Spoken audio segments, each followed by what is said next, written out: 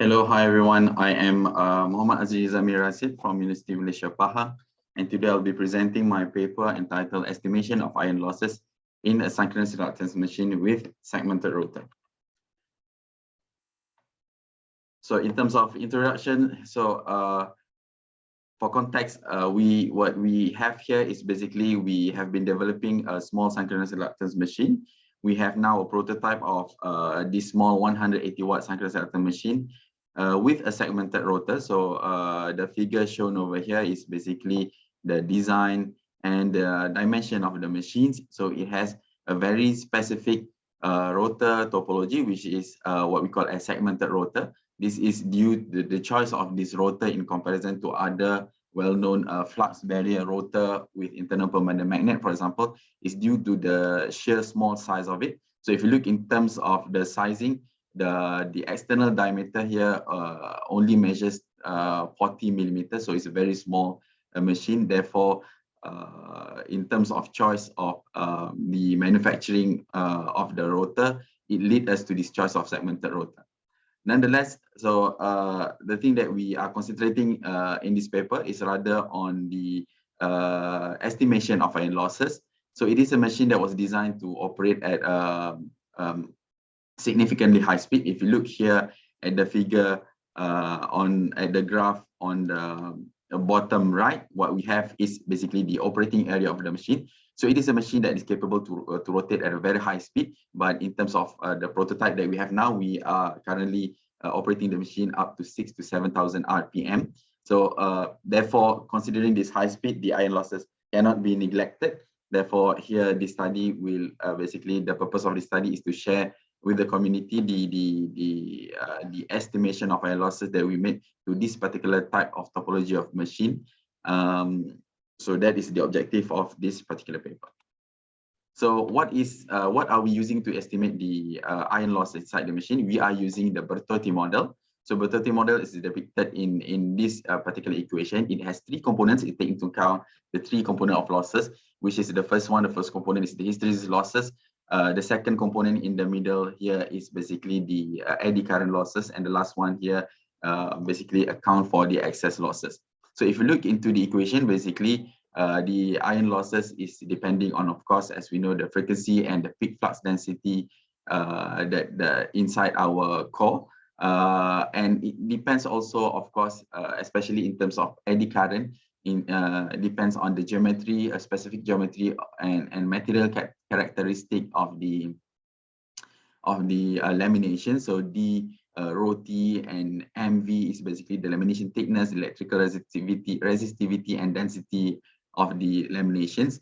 And then there are two other parameters which are coefficients depending on basically the material that we get from the manufacturer, which are the hysteresis losses coefficient and excess losses coefficient. So in terms of dimensional parameters, there's no problem. We can measure it on our prototype machine. But there are several parameters that we need to basically, in terms of methodology, to find them out, to figure them out in order to be able to calculate the iron losses. So the first one is basically the peak flux density, B over here. So the way that we are going to find it is using finite element analysis. So it is a current or torque dependent parameter. As the torque increase, therefore the current drawn from the machine increase, therefore it also increased the flux density inside our machine. So it is calculated later using finite element analysis at the given load angle. So because we know that load angle might influence the form of flux density inside the machine, inside the core. So here we are going to do it at a specific, which is the optimal load angle of the machine. And then it will be done for all torque, of course, for the all torque that is capable to be attained by the machine. The second parameter that we're going to try to extract in order to calculate the iron losses is basically the hysteresis and excess losses coefficient, K-hys and Kx over here. So these parameters are frequency or speed dependent. So they'll be calculated for different frequency, therefore different speed.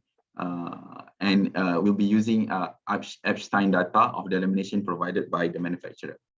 So in terms of the calculation of the extraction of the peak flux density, we are using the finite element analysis at a given load angle. So this picture over here basically shown the the quarter of our machine that we basically execute in our finite element analysis. Several hypotheses need to be made. So no iron losses on the segment, on the rotor segment. So it is a synchronous machine. Therefore, it is reasonable to consider that there are no basically alternating flux density inside the core, right? So B, the value of the flux density, of course, across the material, it is not as simple as the lamination inside a transformer. There are elements of teeth and stator yoke. Therefore, the intensity of the flux density might varies. It is more saturated in teeth rather than in the stator yoke. Therefore, what we need to do is basically what we're going to do here. We're going to average the flux density on the stator and on the stator yoke and on the teeth. So here, the figure over here, the graph at the bottom over here shows the flux density that is plotted on two locations, one taken on a stator yoke, another one taken on a location inside the teeth. So the red one represents the flux density inside the teeth. So it is slightly higher in comparison to the blue one, which is the flux density on the stator yoke. This is normal due to saturation because the smaller size of the teeth in comparison to stator yoke. So how do we take this B, this maximum flux density? Looking at it, we know that the form of the waveform of this flux density is not completely sinusoidal. They are due to, of course, the flux linkage crossing across the variable geometry of slot opening and the non-magnetic part of the rotor structure. Therefore, it has several harmonics. So for the first estimation, what we do is basically we did an FFT of the flux density of these two locations. So here in blue, in red, here is the FFT on the right side, is the FFT of the flux density waveform on the stator yoke and on the tooth. So the value of flux density that we take is basically the one that is found in the fundamental. So the highest one that we take. So the flux density, maximum flux density B, is we are averaging these two values over here. Of course, we see that there are other harmonics component as well, but for the moment, for this first estimation, we're going to neglect the other higher frequency. And looking at it, the value are very small, so I think this is reasonable to neglect this one. And in terms of the hysteresis losses and excess losses coefficient, what do we do to get this value?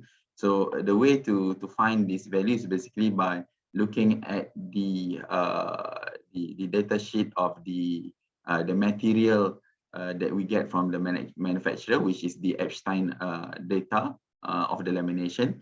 So what is Epstein data? Epstein data is basically this graph that is over here. It is basically estimation of losses that's given by the manufacturer in watt per kilogram of the material at different frequencies. So this graph represents basically the losses that we might have at different frequency in function of flux density. So the material used is basically soft magnetic steel M33050A. So if we look at the Bertotti model that we have over here, it is basically can be reformulated as the equation over here. So we have a coefficient A multiplied by the square of B plus a coefficient B multiplied by to the power 1.5 of B, with A being basically the combination of this element and this element of hysteresis losses and eddy current losses, and B basically is this element of excess losses. So using curve fitting, basically we try to find this coefficient of A and B, and therefore deduce the value of K hysteresis and K excess, the coefficient. So here is the process of doing the curve fitting, and we end up with several value at different frequency of the coefficient, and the value of coefficient basically are not constant depending on frequency, but nonetheless what reassures us is that they have the same magnitude of order. So what we did is basically we take an average. So here we get K hysteresis equals to 1.8 10 to the power minus 2, and K excess equal to 4.1 10 to the power minus 4. So from there, getting all the element hysteresis losses and hysteresis losses and coefficient, hysteresis losses coefficient and excess losses coefficient, as well as the magnetic flux density value from the previous finite element analysis, we can now compute all the ion losses across our operating area. So here is the result at the end. So we have the results plotted for an optimal load angle of beta equals to 45 degrees. So in terms of eddy current losses, if you look at the current losses, eddy current losses makes the largest portion, and they are more significant at the higher speed because it is proportional to the square of the frequency. So it is very prominent at the higher speed.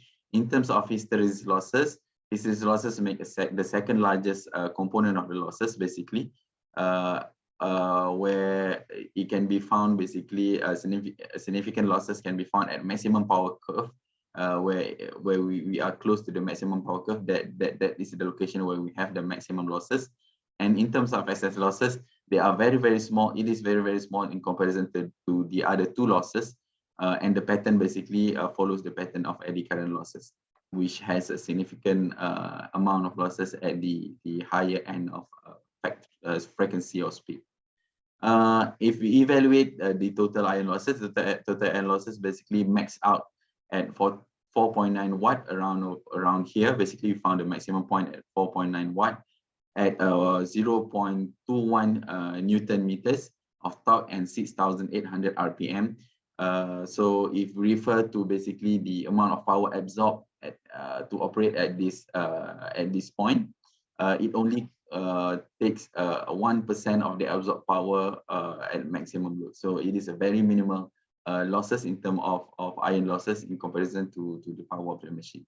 So in perspective, of course, these losses is only the first estimation, considering only the fundamental of the magnetic flux density. In the future, we'll try to include losses by harmonics as well. So that's all for our paper. Thank you very much, and see you again. Thank you.